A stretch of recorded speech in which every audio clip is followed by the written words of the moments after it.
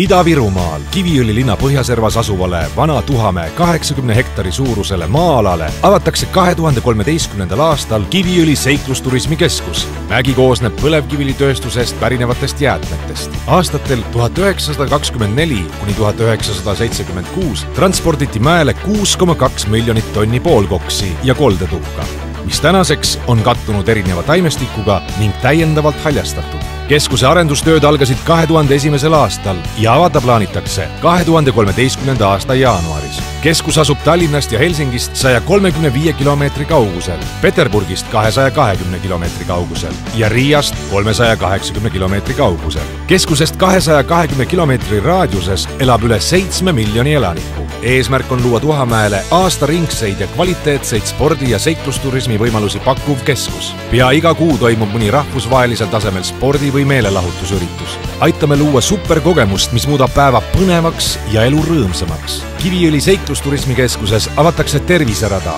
Eesti pikimad suusa- ja lumelauarajad, lumerõngarajad, motokrossirada, mägiautode rada, trosslaskumine ja ATV ja off-road rajad. On väga reaalne, et keskust külastab esimesel aastal üle 80 000 külastaja ja erinevate sündmuste ja reklaamkanalite kaudu saavutatakse üle 3 miljoni reklaamkontakti. Keskuse ehitus loob Ida-Virumaale ja Kiviõli lähipiirkonda 30 otsest ja circa 100 kaudset töökohta.